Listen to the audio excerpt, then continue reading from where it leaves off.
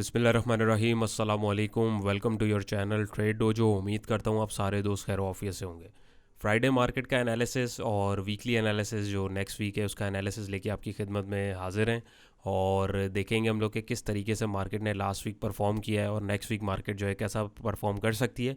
सबसे पहले हम लोग देखेंगे फ्राइडे मार्केट को, देन फिर हम लोग जो है वीकली के ऊपर जाएंगे और कुछ स्क्रिप्ट जो आप लोग हैं उसको हम डिस्कस भी इंशाल्लाह करने की पूरी कोशिश करेंगे। अपार्ट फ्रॉम दैट, आप लोगों ने अगर हमारा फ्री व्हाट्सएप ग्रुप जो है डिस्कशन ग्रुप उसको अगर नहीं ज्वाइन किया है तो डिस्क्रिप्शन में लिंक मौजूद है, उस पर आप जस्ट क्लिक करेंगे और ग्रुप के अंदर आप ऐड हो जाएंगे। और जो है आपकी कोई भी क्वेरी हो, कोई भी क्वेश्चन हो तो आप कमेंट सेक्शन में पूछ सकते हैं। शुरू करते हैं। KC 100 इंडेक्स ने 10 मार्च फ्राइडे को क्या क्लोजिंग दिया ये देखते हैं। 41,793 पे क्लोजिंग दी, 208 पॉइंट इंडेक्स में ऐड हुए, 0.50% का ओवरऑल गेन हुआ। वॉल्यूम की बात करें तो वॉल्यूम हमारे पास ऑलमोस्ट जो है 10 करोड़ के आसपास जो है वो लगे हैं। प्रीवियस क्लोज हमारे पास 41,585 की थी। डे रेंज 41,585, 41,902, यानी 300-400 पॉइंट के दरमियान मार्केट ने fluctuation the. At the end of the day market ने अपने हाई के पास जो है क्लोजिंग दी। 52 वीक रेंज की बात करें तो मार्केट जो है अभी भी अपने लोअर हाई जो सालाना है उसके मिडिल में मंडला रही है। और यहाँ पे अक्सर व बेशतर यही देखा गया है कि मार्केट जब भी यहाँ आती है, यहाँ पे मार्केट अपनी करेक्शन कंप्लीट करके दोबारा एक नया लो आहिस्ता आहिस्ता ग्रेजुअली, ज़ाहिर एकदम नहीं जाती, दिखा देती है। ग्राफिकली अगर हम लोग देखें तो डे रेंज को मार्केट खुली, ऊपर जाने की कोशिश करी, काफ़ी ज़्यादा कोशिश करी, एट दी एंड फिर ऊपर गई और वहाँ से आके फिर इसने जो है एट दी एंड अपने जो हाई है इसको तोड़ा और इसी के आसपास जो इसने ऊपर क्लोजिंग दे दी। टॉप एक्टिव स्टॉक्स में हमारे पास FFL, tally, WTL, TPLP, GGL, PAEL, synergy, triple GL, silk, MLCL वगैरह थे।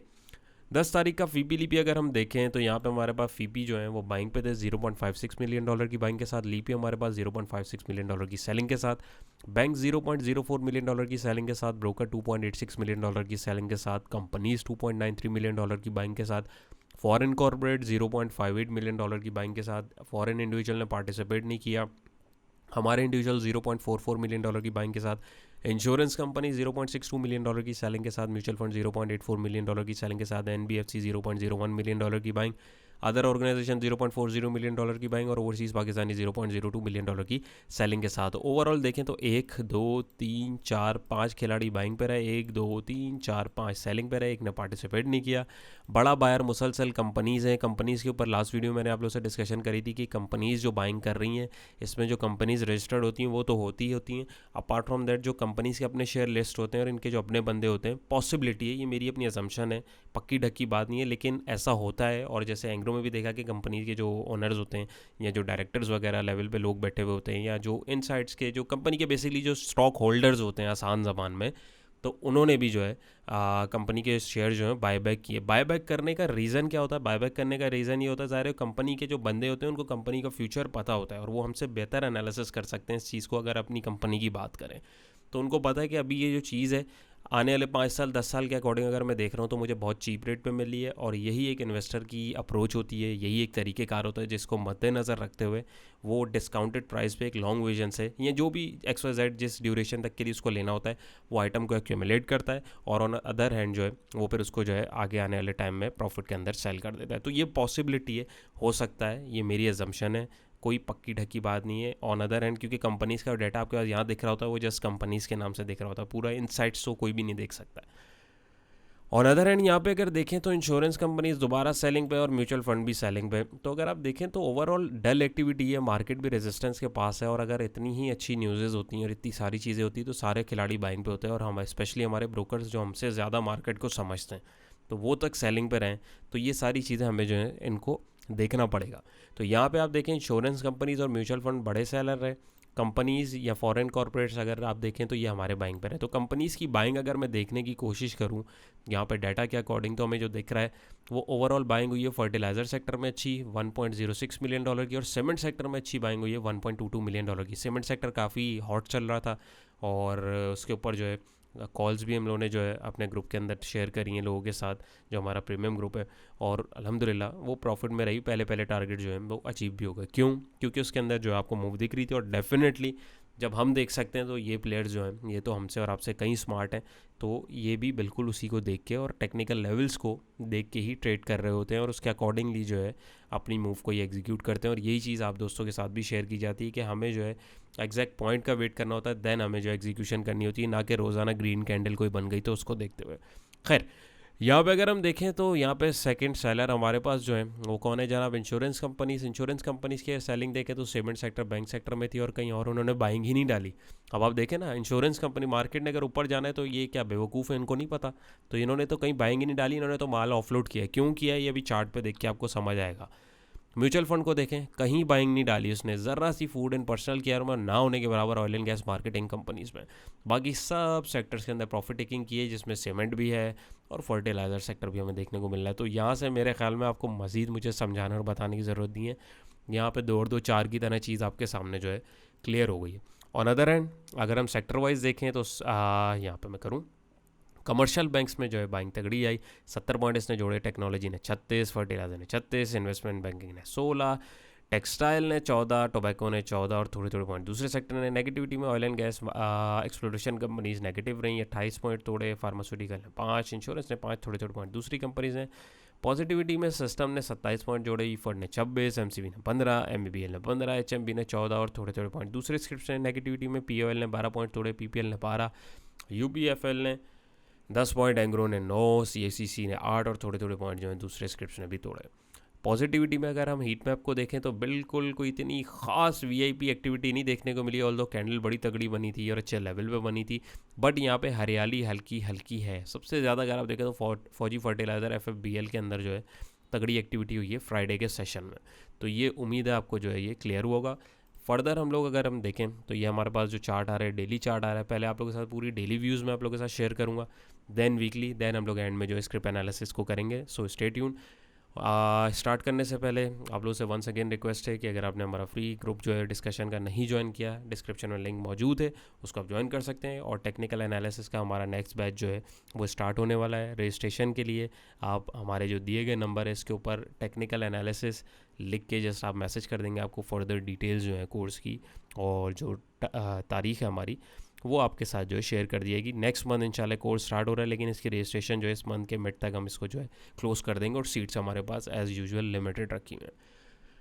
यहाँ पे अगर हम देखें जी तो डेली पे क्या हो रहा है, डेली के ऊपर अगर आप देखें तो यहाँ से जैसे आप लोगों के साथ इस वीडियो के अंदर ये पार्ट्स शेयर किए थे, जिन लोगों ने देखा है उनको पता होगा और जिनको नहीं पता वो भी देख सकते हैं। और यहाँ पे अगर आप देखें एग्जैक्टली अपने रेजिस्टेंस पे आके इसने जो है क्लोजिंग दी।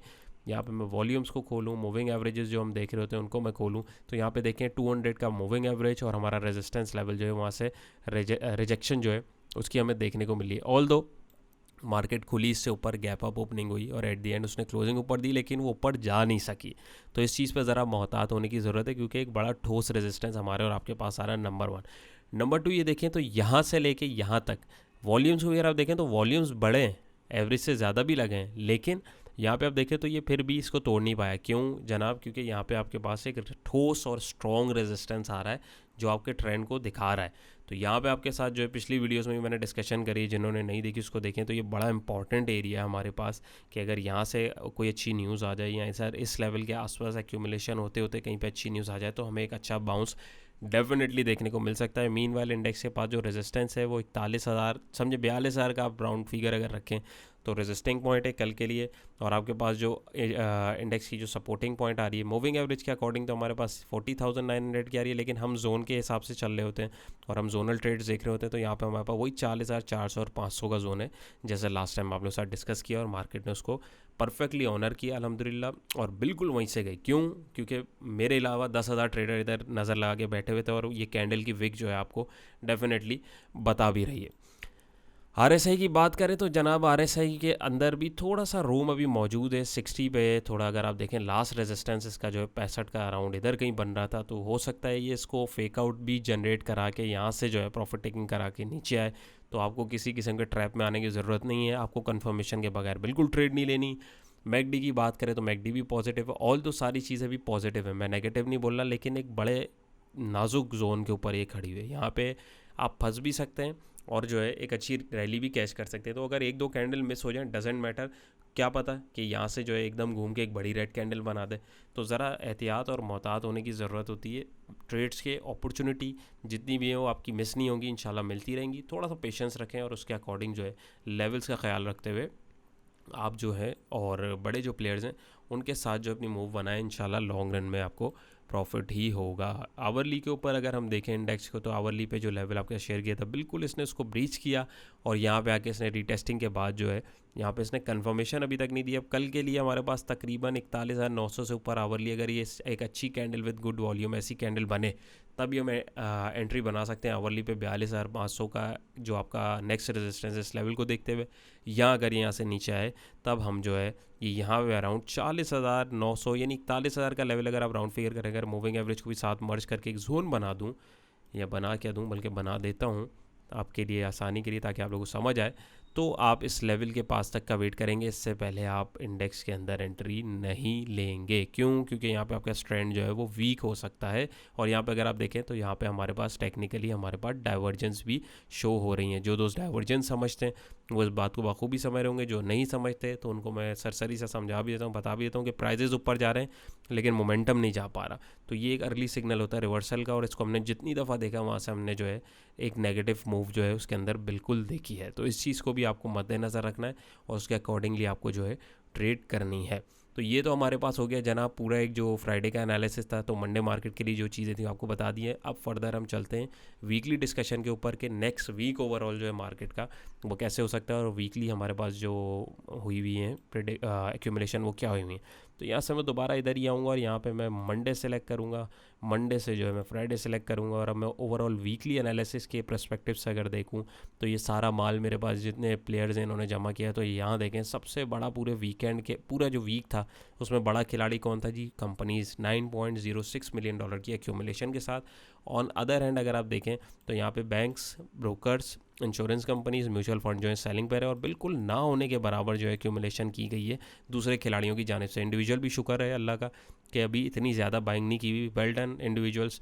और बहुत अच्छी बात है कि हमारे जो इंडिविजुअल जो रिटेल इन्वेस्टर हैं वो चीज़ों को समझने की कोशिश कर रहे हैं, और बहुत अच्छी बात है ये। यहाँ पे अगर आप देखें तो हमारा बड़ा खिलाड़ी जो है वो हमारी कंपनीज़ हैं वीकली के ऊपर, और हमारा अगर बड़ा सेलर देखें तो म्यूचुअल फंड है, सॉरी ब्रोकर्स हैं। तो अगर हम कंपनीज़ और ब्रोकर्स को देखें वीकली बेसिस पे, तो कंपनीज़ ने जनाब किन सेक्टर्स के अंदर तगड़ा माल लास्ट वीक जमा किया है, तो यहाँ पे अगर हम देखें वंस अगेन सीमेंट है $4.29 मिलियन की बाइंग, और फर्टिलाइज़र है $2.64 मिलियन की बाइंग। बाकी रेस्ट थोड़ी थोड़ी सेक्टर्स में ज़ाहिर उधर भी जमा किया। और ब्रोकर्स को अगर आप देखें तो ब्रोकर्स ने तगड़ी सेलिंग ही सीमेंट में करी है $1.81 मिलियन की, देन फर्टिलाइज़र में करी है। यानी कंपनीज़ ने जो है ये ब्रोकर्स को समझें एक तरीके से माल को, यानी उनका जो प्रॉफिट टेकिंग हुई है वो कंपनी ने एब्जॉर्ब करी है। एक चीज़ तो हमें यहाँ पे समझ आ गई, नंबर 1। नंबर 2 ये हमारे पास जो है वीकली चार्ट है। थोड़ा सा मैं आपको इसको ही समझा दूं, 1 मिनट इसको मैं ऑफ़ करता हूं ताकि आप लोगों को कन्फ्यूजन ना हो। चार्ट जितना क्लीन और क्लियर होगा उतनी अच्छी बात होगी। तो यहाँ पे हमारे पास जो मार्केट जो है एक चैनल फॉर्मेशन में चलती हुई आ रही है, वीकली कैंडल है एक। तो यहाँ पे अगर आप देखें तो मार्केट हमारी जो है ओवरऑल अपने इस चैनल के जोन के पास आ चुकी हुई है। इसको मैं 1 मिनट के लिए बंद कर देता हूँ ताकि यहाँ से हमारे पास जो है ज़्यादा मसला ना हो और ज़्यादा कॉम्प्लिकेटेड ना हो चार्ट। और नदर एंड यहाँ पे देखें तो हमारा एक तो ये चैनल का टॉप आ गया। जब जब मार्केट इधर आई है यहाँ से नीचे गई, ये देखें नीचे गई, ये देखें नीचे गई, और जब जब नीचे आई है तो यहाँ से ऊपर गई है। तो चैनल पैटर्न जो होता है वो हमारे पास इसी तरीके परफॉर्म कर रहा होता है, हमें जो है मूव्स को कैच करना होता है। नंबर 1। नंबर 2 ये कि यहाँ पे अगर हमें हमारे जो मेन इंडिकेटर्स हैं, आपका मूविंग एवरेज 100, ये देखें बिल्कुल इसके साथ लाइन अप हो रहा है, एक रेजिस्टेंस दिखा रहा है यहाँ पे 200 से वीकली के ऊपर भी और डेली के ऊपर भी जो है टकरा रही है। तो ये एक बहुत बड़ा आपके पास मूव आ रहा है। तो वीकली के ऊपर आपके पास अगर आप देखें तो ये एक बहुत ज़बरदस्त लेवल पे खड़ी है। अगर ये यहाँ से बाहर निकलती है तो हम इसको देखेंगे, एक अच्छा मोमेंटम इसके अंदर देख सकते हैं, बट उसके लिए पहले इसको डेली लेवल्स को क्रॉस करना पड़ेगा। तो इस चीज़ को अभी हम जो है मद्देनज़र रखते हुए अपनी ट्रेड्स को लेंगे। वीकली के ऊपर जो है मार्केट हमारे पास जो है वो बुलिश चल रही है लेकिन रेजिस्टेंस लेवल के पास खड़ी हुई है। तो इस चीज़ को एक तो देखना है, नंबर 1। नंबर 2 ये कि यहाँ पे अगर आप देखें RSI को, इसको मैं रिमूव करूँ, RSI की मैं बात करूं तो RSI भी जो है अपने टॉप के पास जो है बिल्कुल मंडला रहा है और 62 के पास इसका जो है ट्रेड कर रहा है। ऑन अदर एंड आपका जो मैकडी है, मैकडी की बात करें तो उसमें भी जो आपका एक मोमेंटम बना हुआ है ओवरऑल वो स्ट्रॉन्ग है, प्राइस एक्शन भी स्ट्रॉन्ग बोल रहा है। लेकिन कल जो है अभी हमारे पास कैंडल जो है नेक्स्ट वीक की इसकी क्लोजिंग के बाद ही कंफर्मेशन मिलेगी कि वीकली बेसिस के ऊपर मार्केट कैसा परफॉर्म कर सकती है। अब IMF की न्यूज़ हो, कोई पॉजिटिव न्यूज़ हो, वो कोई भी ट्रिगर पॉइंट हो, उसके ऊपर हो सकता है एल्स मार्केट जो है यहाँ से नीचे आ जाएगी। और इस इंडिकेटर में भी अगर आप देखें तो ब्लू लाइन जो है अभी वो ऊपर जा रही है, गई नहीं है। तो इसका मतलब है ट्रेंड अभी वीक नहीं है, तैयार हो रहा है। तो लेट्स सी क्या होता है वीकली बेसिस के ऊपर भी मार्केट जो अपने रेजिस्टेंस के पास है, डेली बेसिस के ऊपर हमने देखा मार्केट अपने रेजिस्टेंस के पास है, तो वहाँ पे भी देखें अब ये मूविंग एवरेज जो है 200 का इधर टकरा रहा है, यहाँ पे भी देखें 200 का और 50 का साथ साथ दोनों एक बड़ी लेयर आपके पास रेजिस्टेंस की बनी हुई है। तो पोटेंशियली हमारे पास एक पुल बैक डेफिनेटली हमें मिल सकता है, क्योंकि बहुत जान लगानी पड़ेगी प्लेयर्स को मार्केट के ऊपर ले जाने में, इतना आसान नहीं है। जब इतने टाइम से नीचे चल रही है तो एक दिन में ऊपर नहीं जा सकती, साइकिल इसको अपनी कंप्लीट करनी पड़ेगी। वो कैसे करनी पड़ेगी, वो पैटर्न ज़ाहिर है जब कंप्लीट होगा और उससे बाहर निकलेगा तब की तब देखेंगे। एल्स अभी मार्केट जो है एक नाजुक लेवल पे खड़ी हुई है, तो ज़रा इसमें मोहतात रह के और ख़याल के साथ अपनी ट्रेडिंग को एग्जीक्यूट करिएगा। जज्बात में आके ट्रेड करने की हरगिज़ ज़रूरत नहीं, वरना नुकसान आपको उठाना पड़ सकता है। यहाँ पे आप देखें तो मूविंग एवरेज जो है ये जमा हो रहे हैं, और अगर आप देखें तो ये एक रेजिस्टेंस का ही काम कर रहा है, और मुझे लग रहा है कि इस दफ़ा ये इससे भी नीचे आके क्लोजिंग दे सकती है। और यहाँ पे जो दिख रहा है अगर यानी कम से कम जो है 38,000 अगर लोअर लो लगाती है, जैसे लोअर हाई लोअर लो बन रहा है, तो यहाँ पे अगला लो हमारे पास 36-37 के पास भी बन सकता है, लेकिन पोटेंशली एल्स यहाँ से बाहर निकलती है फिर तो हमारे पास 45-40 हज़ार तक का मूव एक हमें देखने को वीकली बेसिस पे मिल सकता है। लेकिन वो इतने मज़े से और इतने आराम से नहीं होगा, बहुत सारे फैक्टर्स हैं और भी चीज़ें हैं जो आपको उसके अकॉर्डिंग देखनी पड़ेंगी। तो उम्मीद है ये आपको यहाँ तक क्लियर हुआ होगा, ये वीकली आपको क्लियर हुआ होगा और आपको जो है डेली भी क्लियर हुआ होगा। और कोई क्वेश्चन हो, कोई क्वेरी आप डिस्कशन आपकी जो है आप डिस्कशन ग्रुप में भी कर सकते हैं, और जो है कमेंट सेक्शन में भी आप पूछ सकते हैं। चलते हैं आपके स्क्रिप्ट एनालिसिस की तरफ। जी, तो हमारा पहला स्क्रिप्ट जो है वो HBL है, हावरली के ऊपर इसको मैं देख रहा हूँ। बैंकिंग के ऊपर मैं खुद काम नहीं करता, लेकिन एक दो दोस्त से उनकी रिक्वेस्ट आई थी, तो मैंने सोचा आप लोगों के साथ इसको मैं डिस्कस करूँ और यहाँ पे आपको इसको शेयर करके दिखाऊँ कि इसमें चल क्या रहा है। तो यहाँ पे अगर आप देखें तो ये हावरली चार्ट पे इसने एक डाउन ट्रेंड रखा, डाउन ट्रेंड के बाद इसने एक ब्रेकआउट दिया और यहाँ से आपके पास जो है लोअर हाई और सॉरी हायर हाई और हायर लो की फॉर्मेशन हो रही है। लेकिन यहाँ पे आप देखें डी जो आ रहा है, अब इसने एक डिविडेंड डिक्लेयर किया हुआ है HBL ने ₹1.5 का। एक्स डेट इसकी हमारे पास आ रही है 20/3/2023, यानी तकरीबन समझे इस वीक के एंड तक हमारे पास जो है चांस होगा। जो दोस्त डिविडेंड लेना चाहते हैं, एक्स डेट स्पॉट डेट वगैरह उनको पता होनी चाहिए, उसके अकॉर्डिंगली वो उसमें एंट्री और एग्जिट जो है प्लान कर सकते हैं। लेकिन आपकी जो एक्स डेट होती है, जितने भी ट्रेडर्स हैं स्पेशली उनको उससे पहले जो है निकलना होता है, क्योंकि वो जो आपका डिविडेंड होता है वो एक्स डेट वाले दिन जो है वो इसमें से लेस होके खुलता है। तो इस चीज़ को एक तो ख्याल रखें। और डिविडेंड डिक्लेयर होने से पहले कोई भी स्टॉक जो होता है अमूमन वो एक रैली बनाता है, उसके बाद उसके अंदर ड्रॉप आता है, क्योंकि उसको टेक्निकली भी अपने आप को करेक्ट करना होता है। यहाँ पे अगर आप देखें तो इसने यहाँ पे करेक्शन लेके फिर ये यहाँ से इसने निकला, और अभी आप देखें इसी रेजिस्टिंग पॉइंट के ऊपर 75.42 के ऊपर रेजिस्ट कर रहा है, और यहाँ पे काफ़ी ज़्यादा स्ट्रगल कर रहा है ऊपर जाने में। अगर ये यहाँ से ऊपर जाता है तो इसका नेक्स्ट टारगेट 77.92 के आसपास हो सकता है, वरना इसके बाद जो सपोर्टिंग एरिया, तो आप देखें मूविंग एवरेज भी हमारा इस लाइन के पास जो एक सपोर्ट का काम कर रहा है। तो इसको पुल बैक के ऊपर अगर आप देखें 73 के आसपास, 73.50 के आसपास, तब आप इसको जो है प्राइस एक्शन की कंफर्मेशन के साथ इसमें एक एंट्री ले सकते हैं इन दो पॉजिटिव पॉइंट्स, यानी जो दो रेजिस्टिंग पॉइंट हैं इसका टारगेट सेट करके। एल्स आपको जो है इन्हीं पॉइंट्स को जो है स्टॉप लॉस रखना पड़ेगा, क्योंकि ये इससे नीचे भी फिर निकल सकते हैं। यहाँ पे आप देखें आवरली के ऊपर ये ओवरसोल्ड भी हुआ है, तो इसमें एक मूव हमें नीचे को देखने को मिल सकती है। मैकडी भी हमारे पास जो है नेगेटिविटी दे रहा है, प्राइस एक्शन भी हमारे पास जो है डिस्ट्रीब्यूशन का एक सिग्नल दे रहा है, लेकिन कंफर्मेशन अभी नहीं दी है।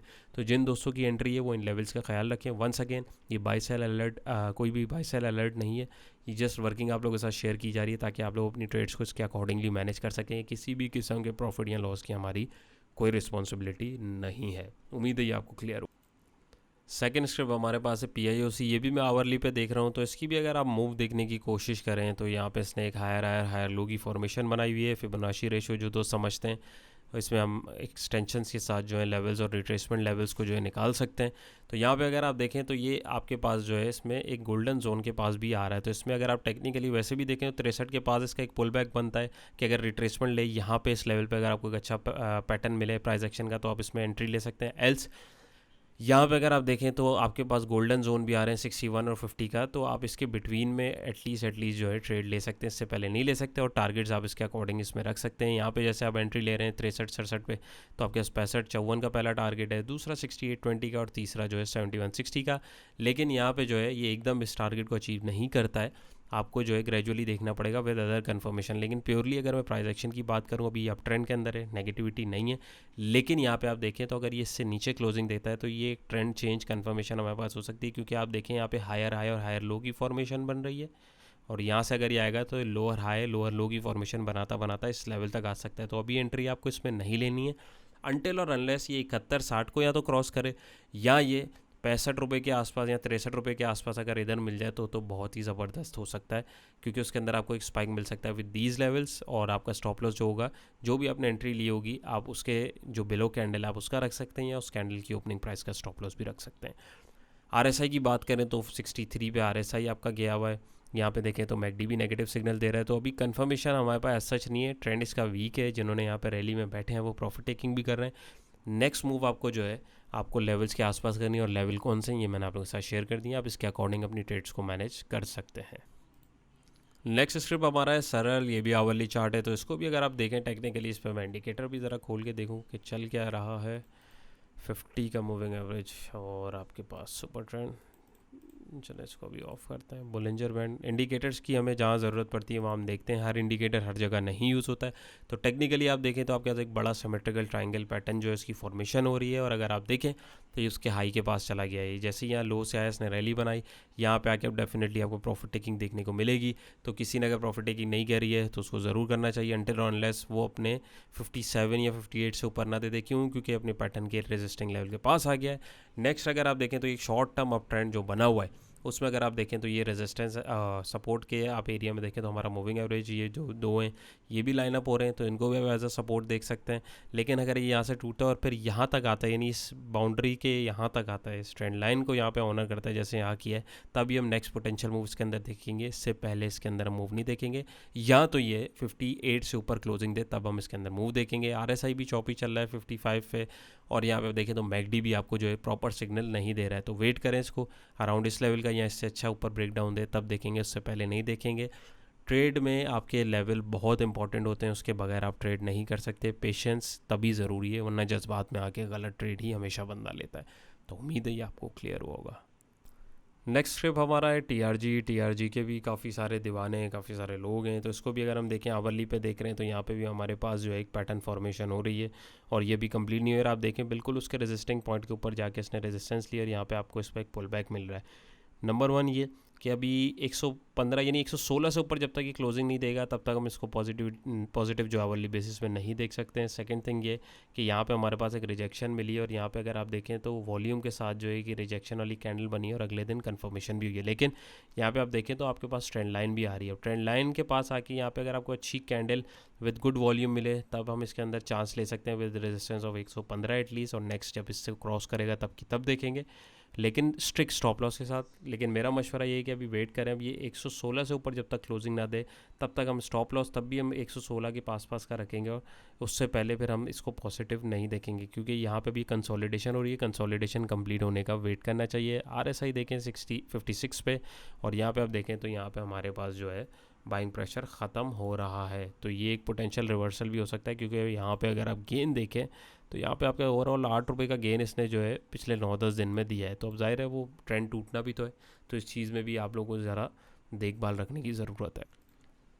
जी last but not the least, tally का मैं अगर आपके साथ क्विक रिव्यू करूं तो इसके अंदर एक मूव हमारे पास जो है टेक्निकली ड्यू थी, जो कि हमें देखने को मिली भी है, और यहाँ पे इसने जो है एक प्रॉपर मूव ली है। लेकिन आवरली के ऊपर अगर मैं आपको इसको बताऊं कि अभी अगर आपने इसमें ट्रेड ली हुई है लेनी है तो ₹8.36 से ऊपर अगर क्लोजिंग दे आवरली पे तब या तो आप ट्रेड देखेंगे, वरना ₹7.84 के आसपास अगर आपको एक अच्छी कैंडलस्टिक पैटर्न की किसी की फॉर्मेशन दिखे विद गुड वॉल्यूम आप तब ट्रेड लेंगे, वरना नहीं लेंगे। क्यों?